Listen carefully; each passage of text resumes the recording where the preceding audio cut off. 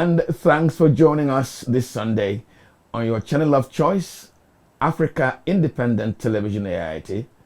Let me welcome you to this edition of the Signature Show. It promised to be an exciting 60 minutes. Now, my name is Mwaboze Njoka, and this edition of the program, who is demarketing Imo State? Emefiele, Dss and Terrorism financing. 2023 election.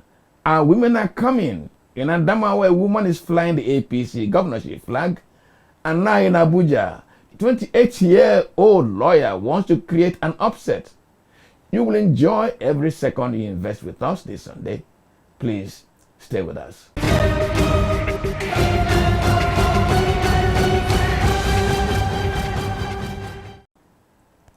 Now, before we go into the main issues for this Sunday, let us tell you that many politicians who want to depend on compromising INEC staff in next month's elections may just waste their time and money. On Friday, the Oshu Governorship Election Tribunal sacked Ademola Adeleke of the PDP and ruled that APC's Adegboyega Oyetola won the election. The tribunal accepted that there was overvoting in many locations. And how can the tribunal come to such a conclusion? Simple.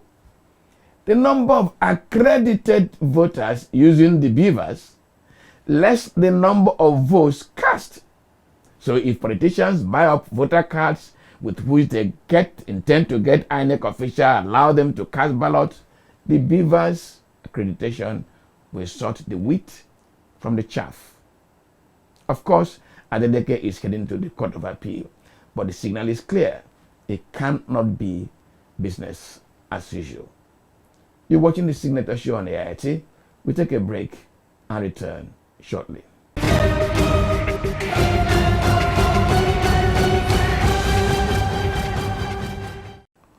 Well, in the last edition of this program, we brought you the story of Augustina Okwong,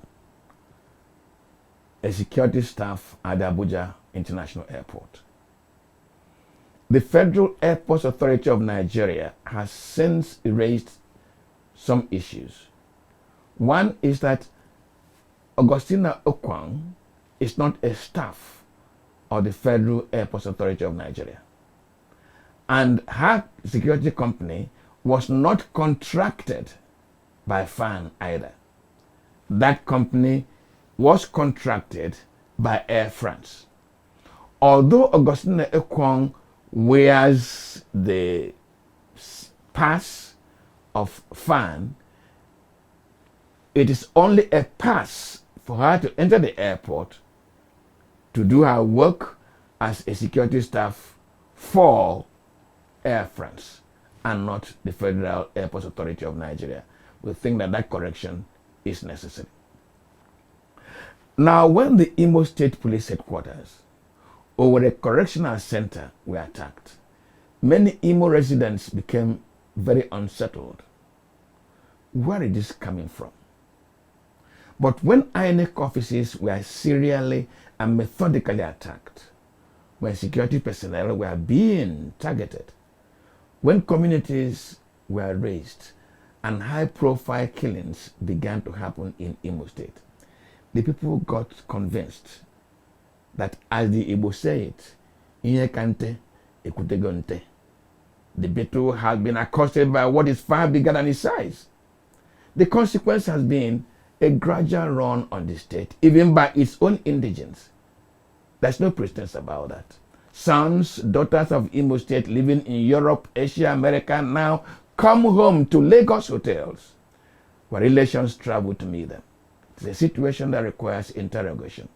And so this Sunday we ask, who is demarketing Imo State? Correspondent Marvelous Ubomano has been seeking answers.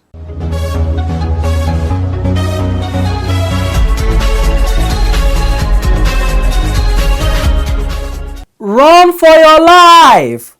They are a bubagu! This is the common shout of perpetually anxious innocent folks in many communities in Imo State today at the sight of unfamiliar vehicles, especially cars and SUVs, Everywhere in at least 600 communities of the 27 local government areas of the state, ears are primed to hear a shot or two, and then the killing of 1, 2, or 3 young men right before community members.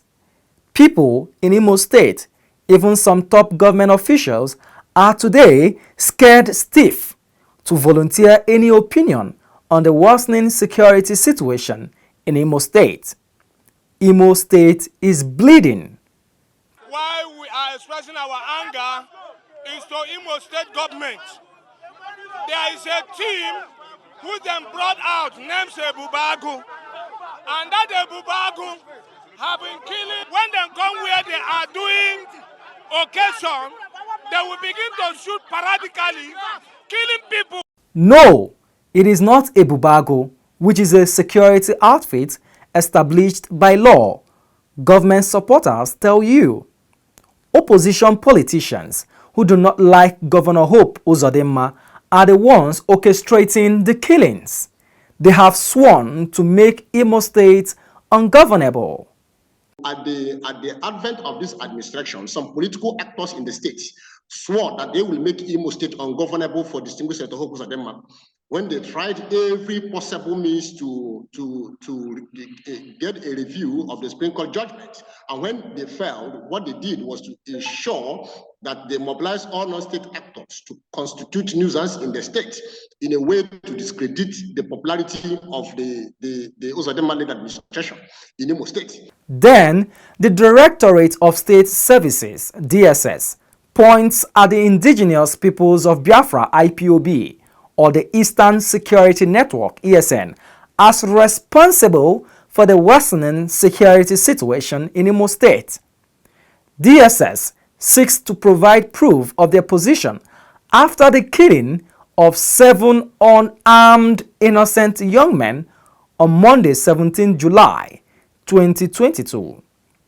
The young men were reported to have attended a traditional marriage and were killed on their way home by the Imo State government's Ebubago operatives. The government distanced itself and DSS accepted responsibility. We just came out from a Security Council meeting where the DSS confirmed that they did the operation, and the operation has nothing to do with any wedding place. They went to a camp, and they went to the camp with a pointer who is a member of the gang, and they caught some people. And the people are currently with the Department of DSS. Yes, they killed some people. But those were also bandits, but we are waiting for detailed report. This is the interim report given to us in the Security Council. As the killings spread, targets of violence, arson, and murder also began to expand and increase. Before those preceding attacks, however, the Nigerian military has staged a security operation codenamed Operation Python Dance. That dance, which came after the federal government proscribed IPOB, left many Imo youths either lame, dead, or in detention without account. It also recruited a high level of discontent, disgust, and no love lost between the government and Imo youths. The situation made those who have followed the progression of insecurity in Imo State to wonder if the situation is not reciprocal violence. It seems, however, that the coming of Hope Uzodinma as governor gave a murderous twist to the entire situation. The killing of the 7 young men happened right under his watch. The killing of Ahmed Gulak, the former advisor to former President Goodluck Jonathan, happened under his watch. The invasion of Imo Correctional Center, freeing of over 1,800 inmates, and bombing of the headquarters of Imo State Police Command happened under his watch. The governor first told the world that those attacking Imo State were not from Igbo land. Then he blamed those agitating for the actualization of Biafra. But the governor is now convinced that those demarketing Imo State are political opponents. The governor finds support in his party, the All Progressives Congress, APC. Once the election has happened, you use every legal measure. You prosecute your election matters at its final conclusion. You go home and prepare for the next election. That is the history of Imo State. But some people vowed that since they have missed the football, that they will not miss their foot. So since they missed the government house, they will make government house. They will make Imo ungovernable for the state government. The governor has said so. But political in what sense? Who are the sponsors? What do they intend to achieve? But, you know, when you begin to create fear within the people, not to come out, you know, a lot of people during the Christmas, they didn't go home. And so they seem to be succeeding in their aims of creating that fear. And when you create fear among the populace, government will seem to be unpopular. And you undermine the government. About 3 weeks ago, Governor Hope Uzodinma headed to the presidency. His mission to acquire more lethal weapons to deal with those making Imo State the new center of violent crime.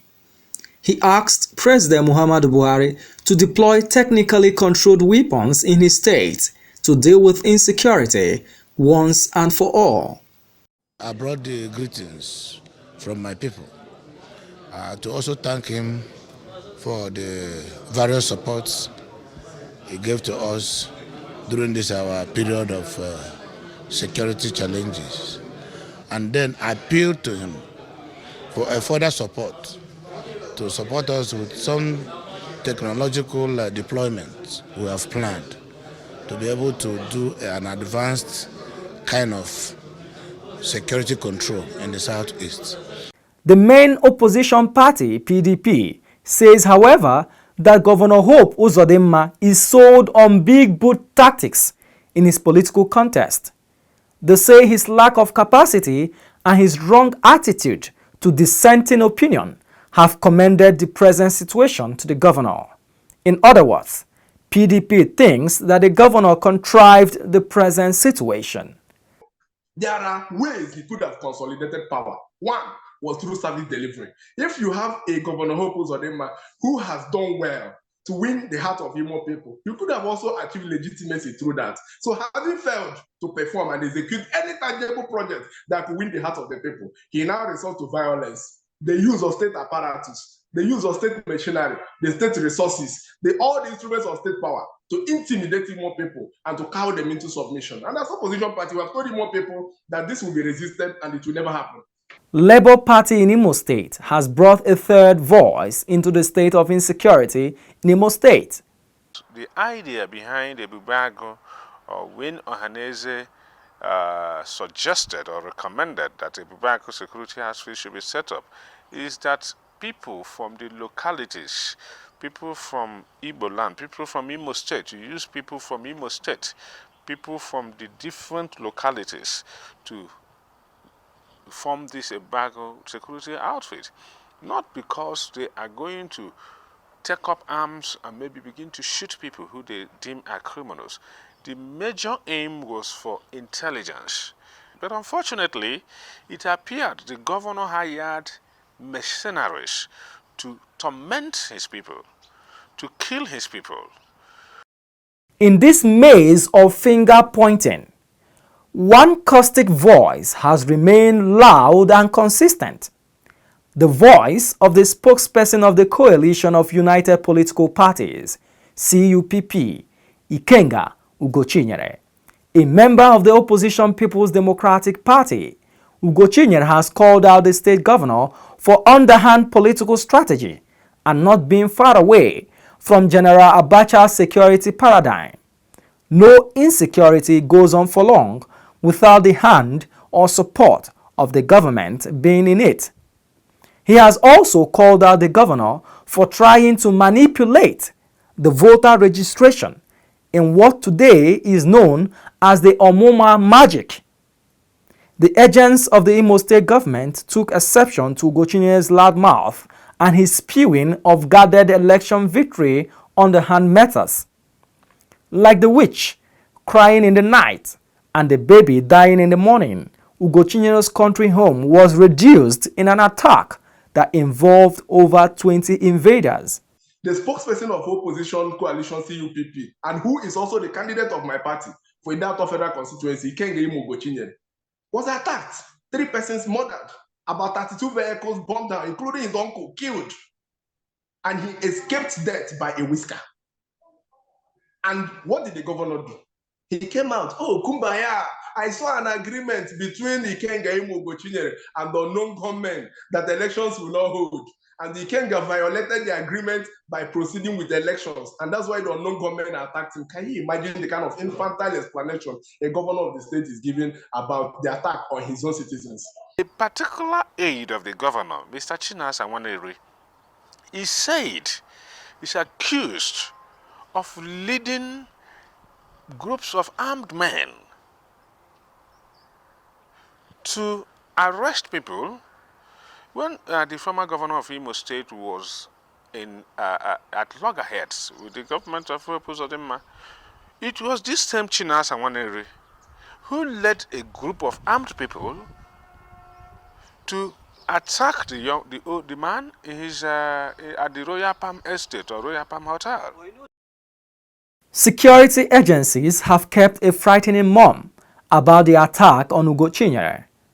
But last week, the state government dismissed accusations that it had a hand in the travails of the CUPP spokesman.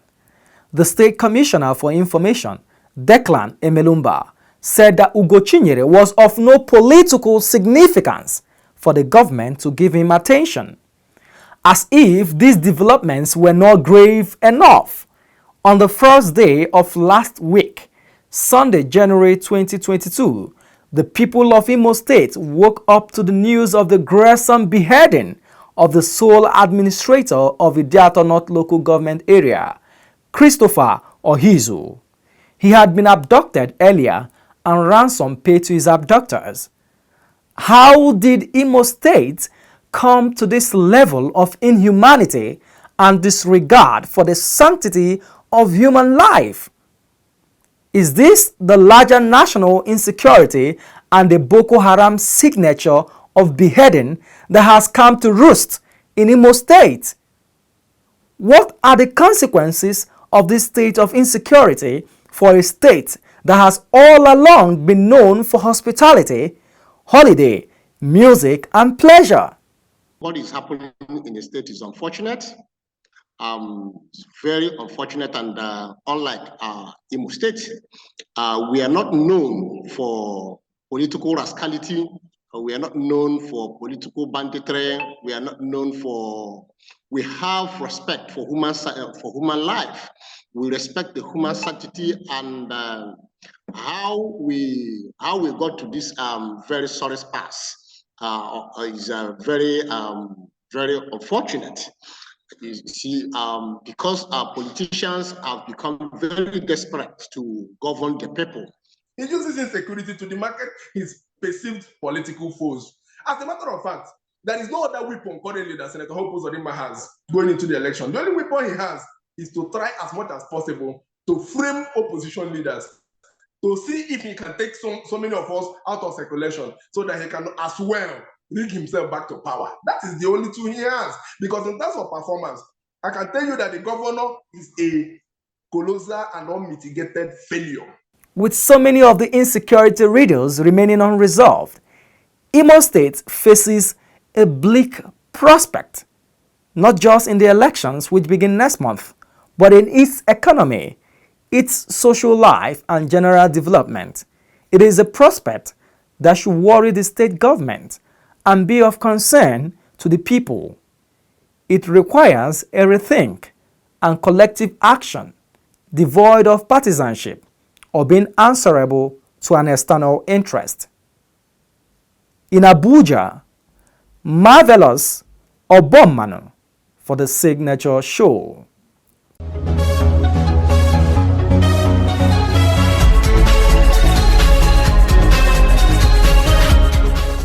You are watching the Signature Show on AIT. Let's take another break and return shortly. Please stay with us.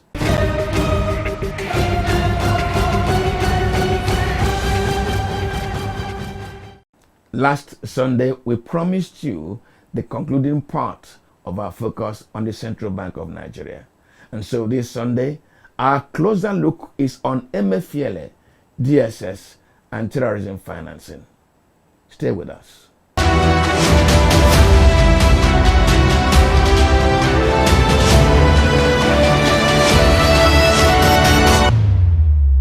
Last week, we examined the application or misapplication by the Central Bank Governor Godwin Emefiele of the powers of the bank to lend money to the federal government as Ways and Means advances.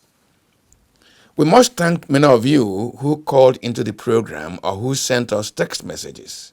Two observations stand out. One viewer said, Emefiele is not alone in committing the unpardonable illegality of granting Ways and Means advances outside of what is stipulated in the CBN Act. All the board members who are supposed to take decisions on Ways and Means advances are part of the illegality and should be made to pay for it alongside Emefiele. Now, the second contributor says, Wabweze, where were the CBN auditors when all these loans were being granted? And what did they say? Again, when and if the loans are repaid, into which and whose account will they be repaid?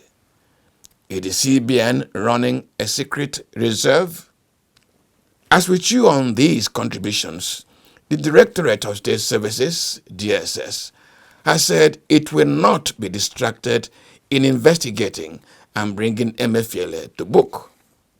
What is DSS seeking to pin down Emefiele for?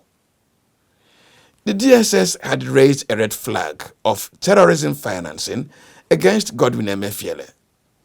In a suit number FHCABJCS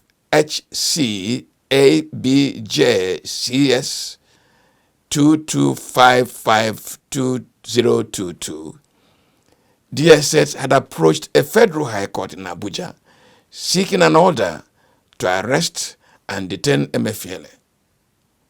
In his judgment delivered on December the 9th, 2022, declining to grant the order, His Lordship Justice John Soho considered the allegations which the DSS brought against Godwin Emefiele, which included terrorism financing, fraudulent activities, and involvement in economic crimes of national security dimension.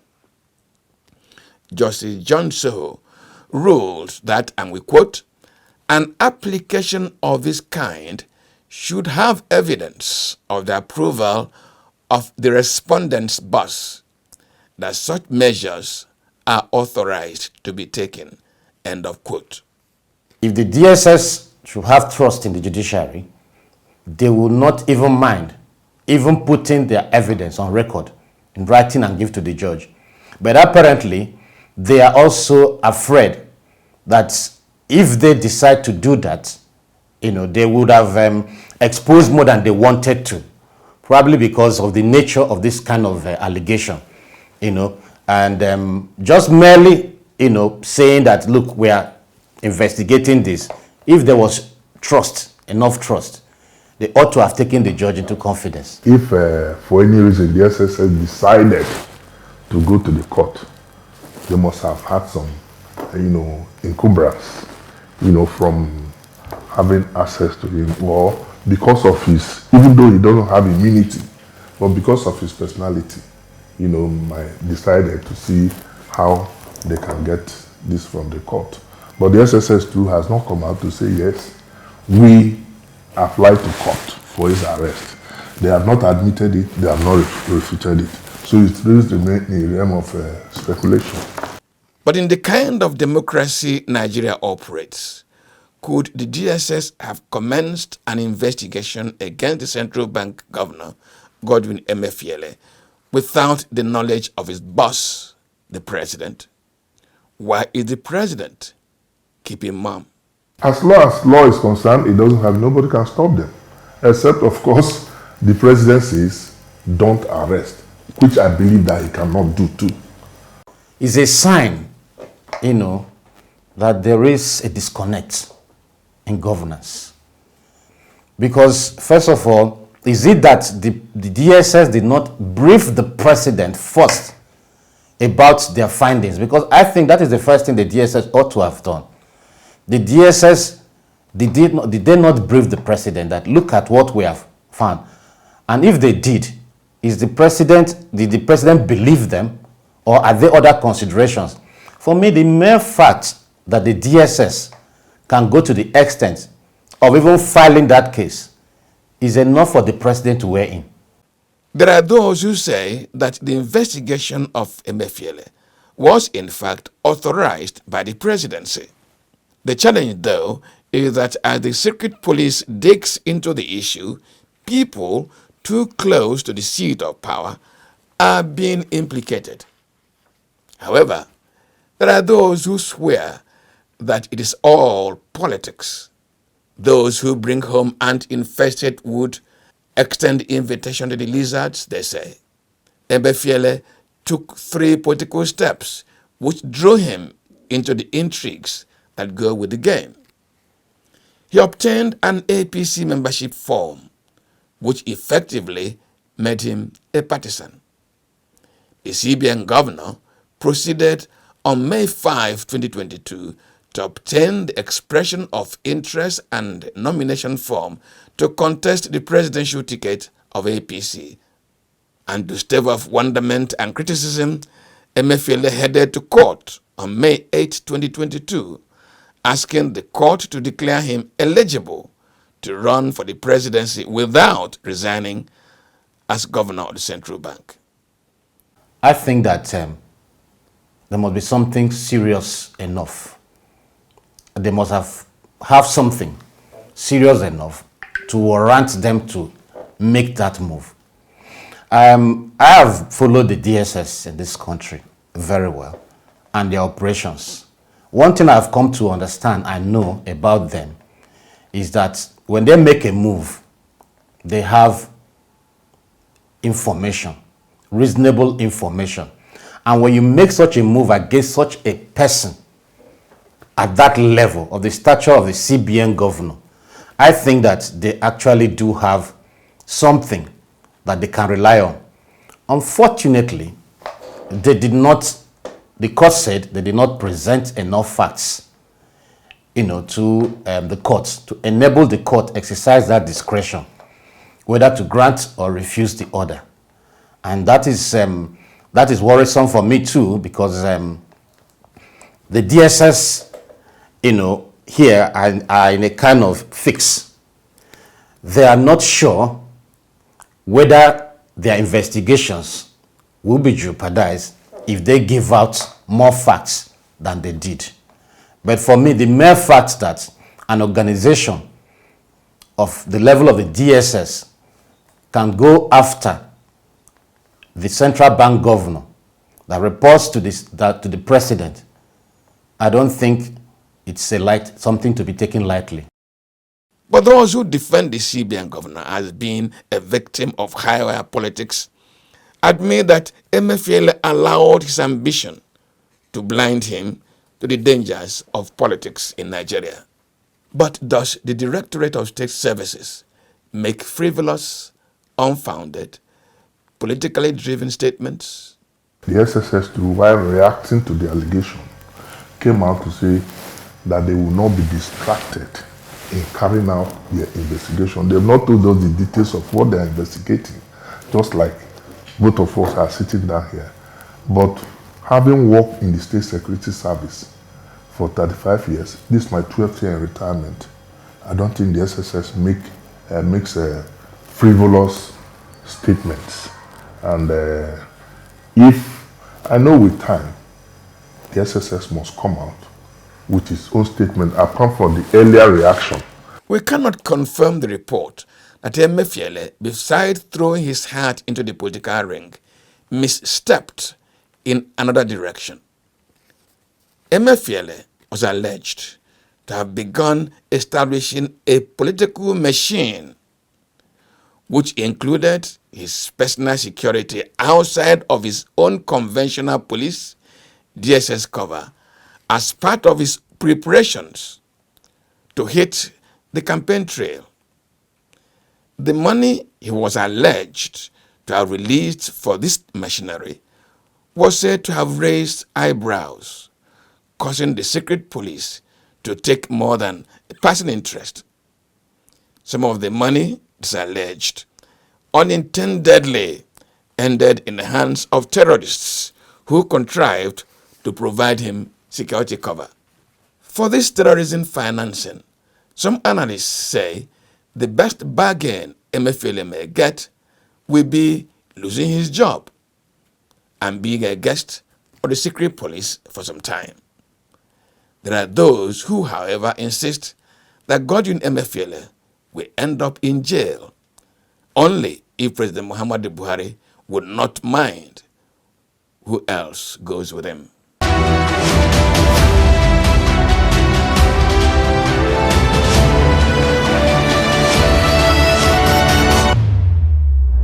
INEC says over 35% of voters in the 2023 elections will be the youth, or a substantial number of prospective voters will be women.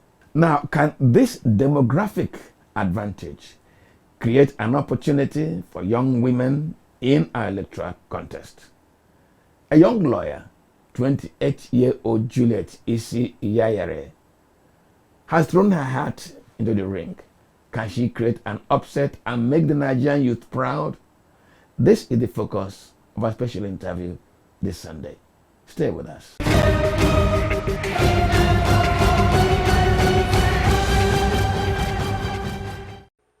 Juliet, let me welcome you to the conversation. Good afternoon, sir. Great. Looking at you, I say you're a young person, and the Independent National Electoral Commission says so many young people have registered for the election of next month. You are contesting the House of Representatives in the FCT.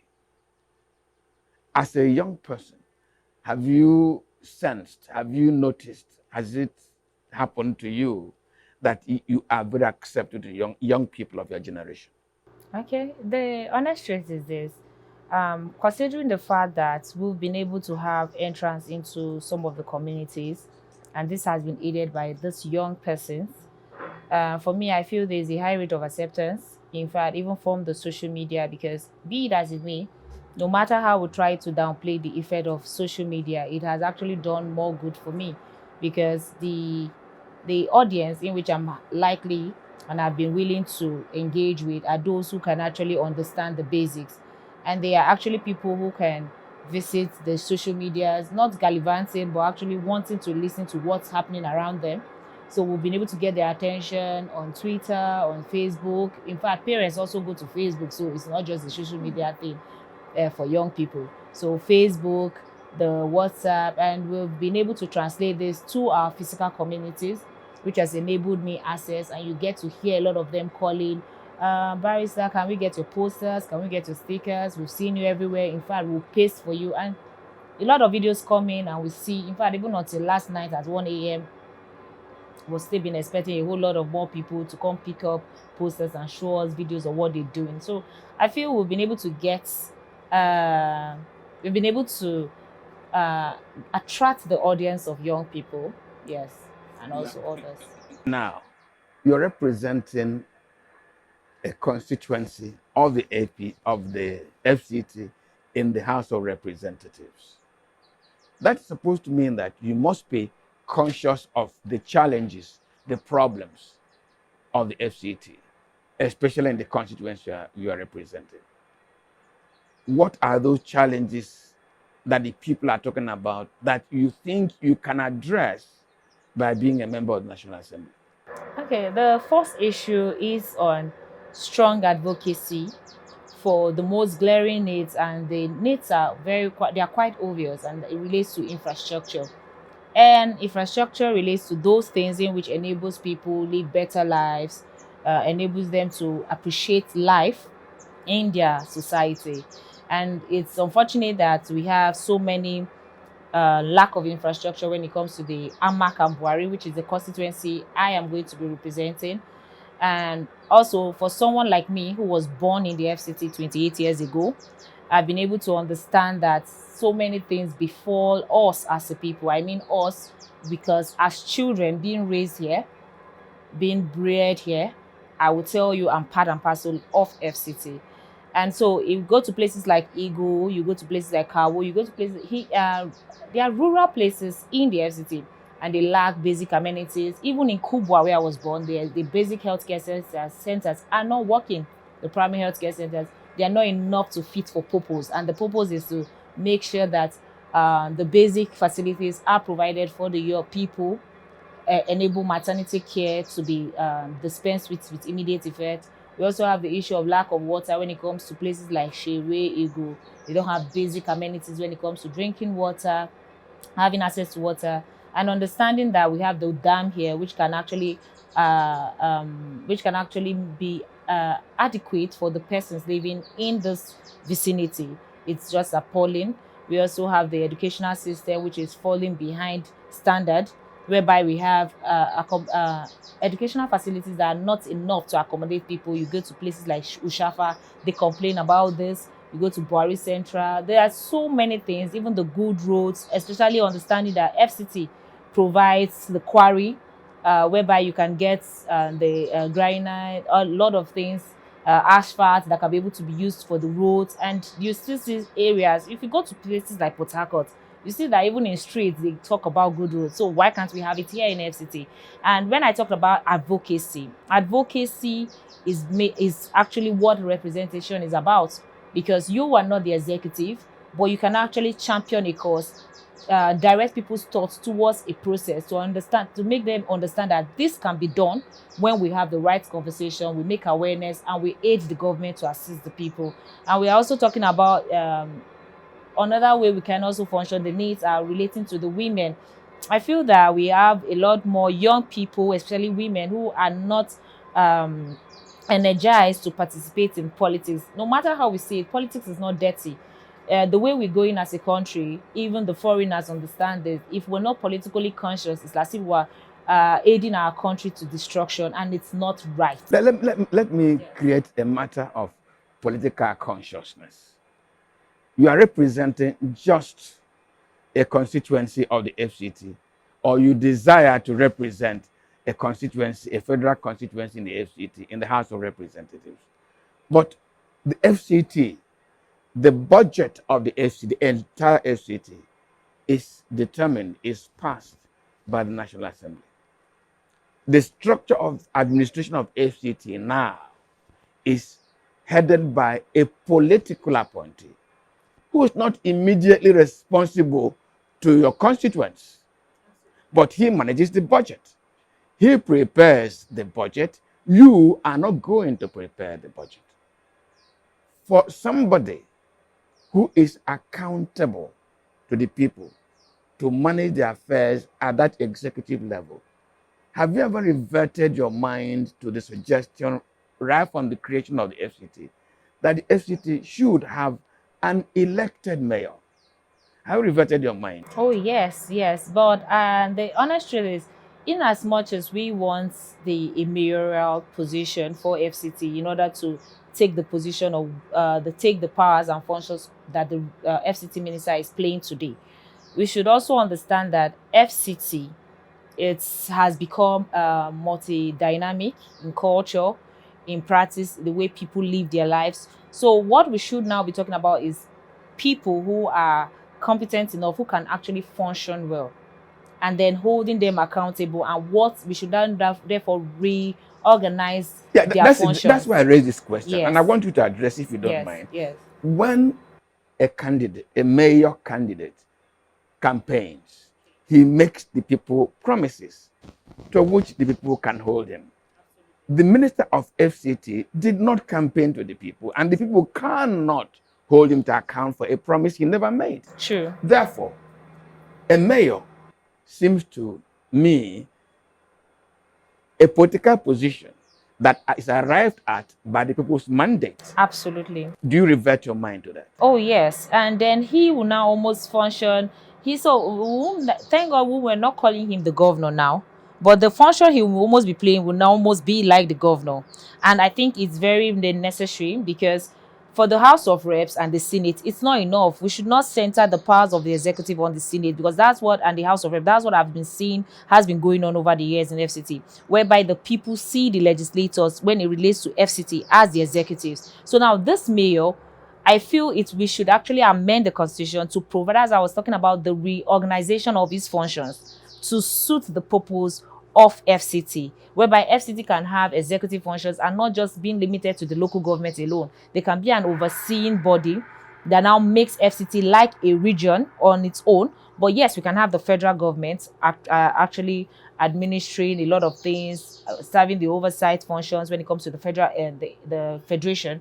But somebody who actually performs the executive position and is empowered. When I mean empowered by the people, he is actually voted in by the people. People actually knows that he is responsible to them, and not they are not responsible to him. They are not to worship him. So I think there needs to be an organization of our constitution. But these conversations cannot have a headway if we don't have people with the right advocacy skills who are willing to engage in this conversation, who are not going to worship the floor or the feet of the executives. And that's why I keep on telling Nigerians that there's so much to engage the legislators going forward in our country, in our political structure, in our governance system. It's even residing on the legislative than even the executives, because there's so much constitutional amendment that needs to take place, and the executive don't have the powers to do so. But when you've handicapped the legislators, you're making them now do the biddings of the executives. And this conversation has to be engineered, generated, and instigated by the people, so that they look out for what they want their Yeah, but legislators do to the be. people really understand these things we're talking about? And that's why I'm very, very optimistic about the audience I am actually targeting, because it's not my fault that people were uneducated. I'm just a young person. I was never holding any political position, so I cannot be held accountable for the illiteracy in the land.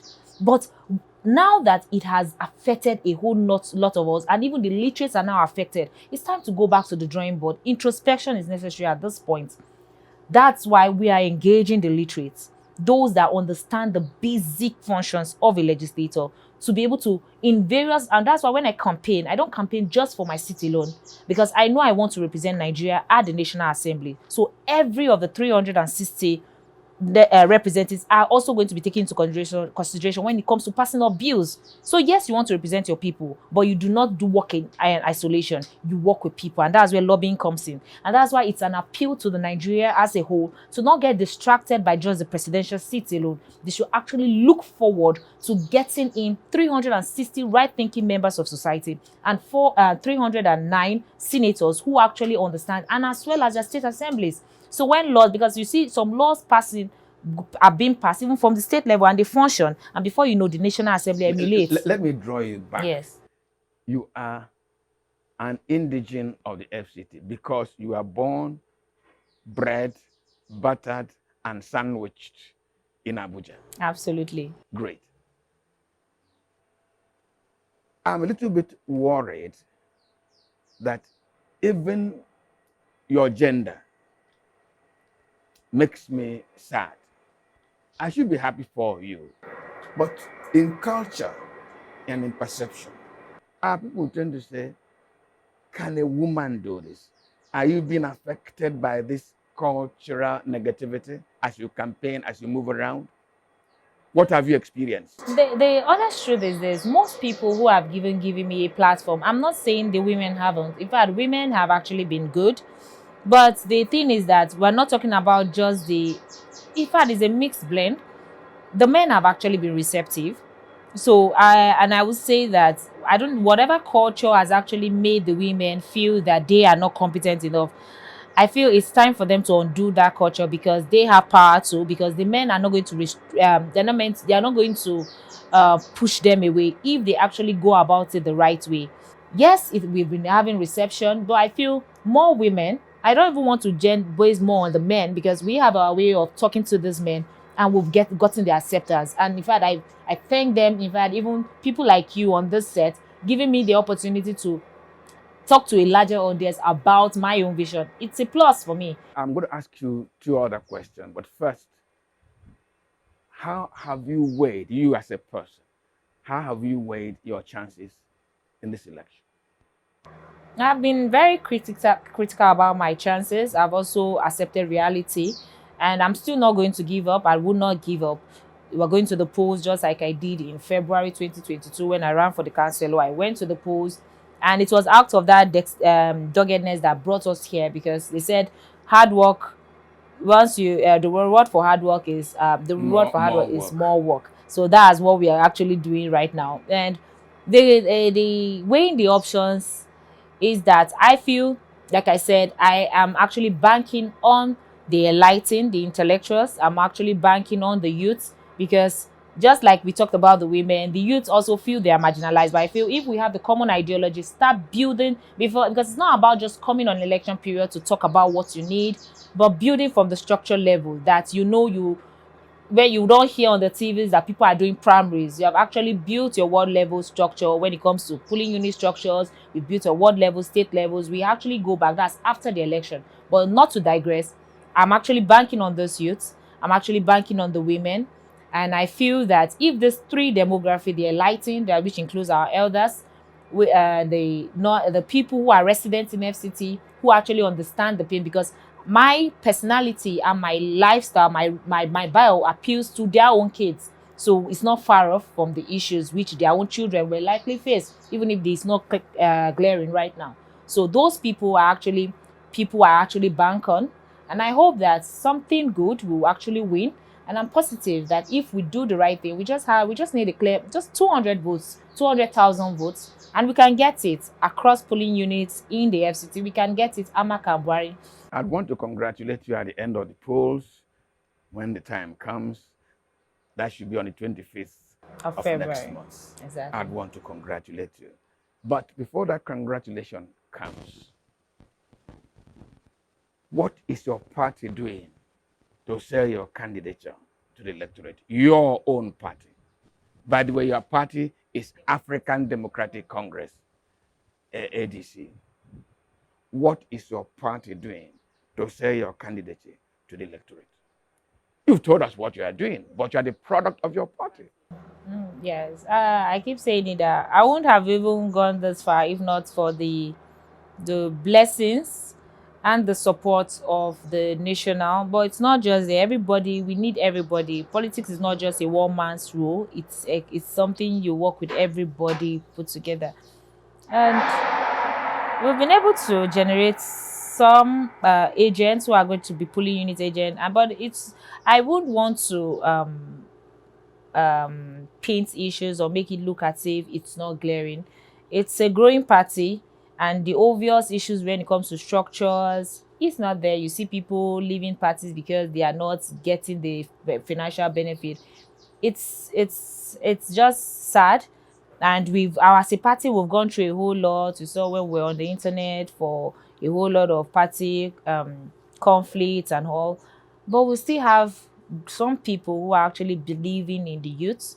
When it comes to the national chairman, in person of Chief Raf Wonsu, you see people like that who actually, because of him, we actually have a candidacy today because he saw what we did as talent and creativity in the councillorship election, and actually say, okay, women, youths, come and play on a level playing ground in the primaries. And I came and I won on a landslide. I was the only candidate in FCT who ran opposed. Others were unopposed. So it was just, for me, it was an opposed election, a tough one. So when you look at things like that, and then even the how far I've come working alone when it comes to declaring support for an opposition party, which it has been on everywhere, all the news, it was actually done for the people of FCT, because on going to the field, I saw what the people needed. And I said, okay, if it's for FCT that works, then let's go with another party, a candidate from another party. So when you come to issues like not being sued, anti-party, and all that, we saw what happened to Chimaroke recently in the news.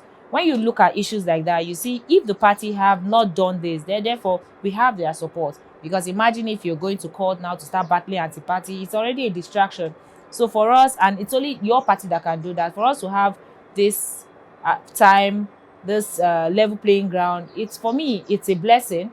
Like I said, Rome was not built in a day. We pray, we hope that come 2026, we have that, we have achieved a party structure that youth, enlightened people have formed the world level structure, the state level structure, and it does not just entail one person. One person can't do it alone.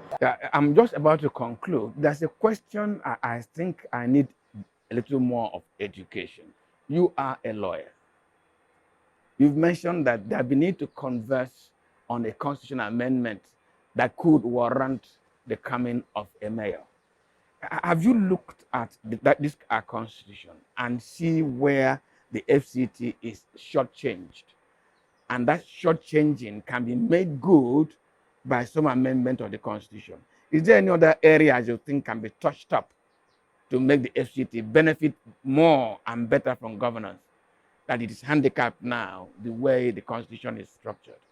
The constitution is very strict when it comes to section 9 sub 1 about alteration of the constitution, and we also, I know of the likelihood of money politics, whereby there will be a lot of lobbying to make sure this bill does not pass, because like we have already highlighted, is a political office whereby somebody becomes, who is the minister of FCT, oversees everything relating to the administration, executive administration.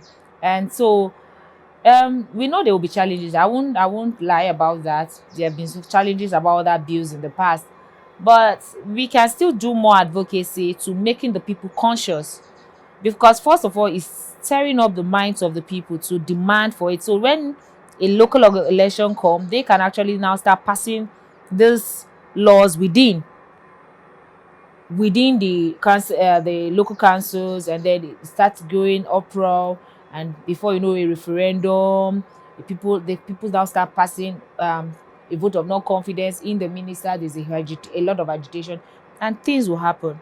But me going there to do it alone, if we don't get the people, I will just be blunt. I'm a lawyer and I will speak to fact. It can't happen. Juliet, thank you very much. Thank you very much, sir.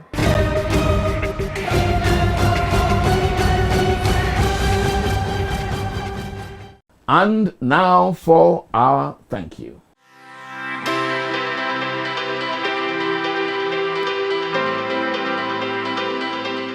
In 2019, a Lagos-born young boy called Joseph Akinwale won the Best Artists in African Pop Music Awards. He was just 22 years. And in 2020, he repeated the feat, this time at the Sound City MVP Awards Festival, where he emerged the Best Pop Artist. This Sunday, we present Joseph Adewale, also known as Joe Boy, in this dance hall monster anthem. Beginning.